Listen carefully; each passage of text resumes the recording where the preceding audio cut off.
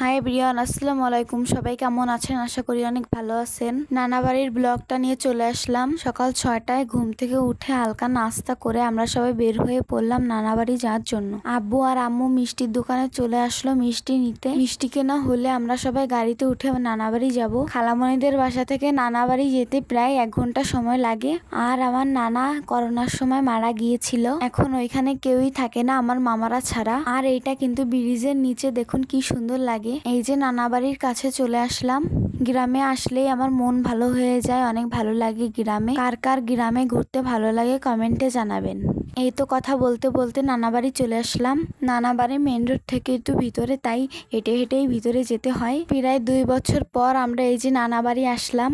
নানা বাড়ি এসে আমরা অনেক মজা করেছিলাম, অনেক এনজয় করেছিলাম। আমরা রওনা দিয়েছিলাম 8টা বাজে, পৌঁছাইছি 9টা বাজে। এসে সকালে নাস্তা করেই বেরিয়ে পড়ি ঘুরতে।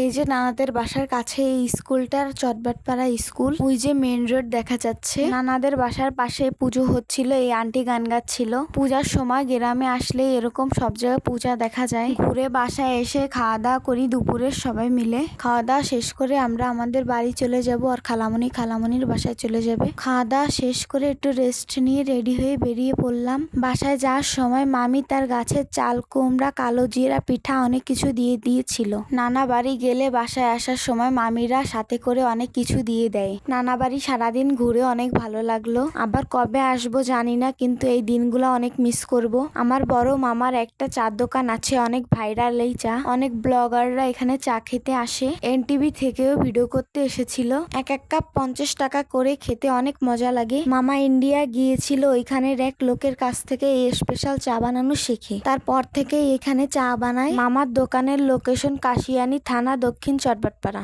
20 নং সরকারি প্রাথমিক বিদ্যালয়ের কাছে। যাওয়ার সময় আমরা নানার কবর জিয়ারত করে যাব। সবাই আমার নানার জন্য দোয়া করবেন। আমরা নানা বাড়ি আসলে নানার কবর জিয়ারত করে যাই। এই যে পুকুরটা দেখছেন, এইটা এক রাতের মধ্যেই হয়েছিল, তাই এই পুকুরের নাম গায়েবী পুকুর। এই পুকুর নিয়ে আরো অনেক ইতিহাস আছে, আপনাদের অন্য এক সময় বলবো। আজ এই পর্যন্তই। সবাই ভালো থাকবেন, সুস্থ থাকবেন। আল্লাহ হাফেজ।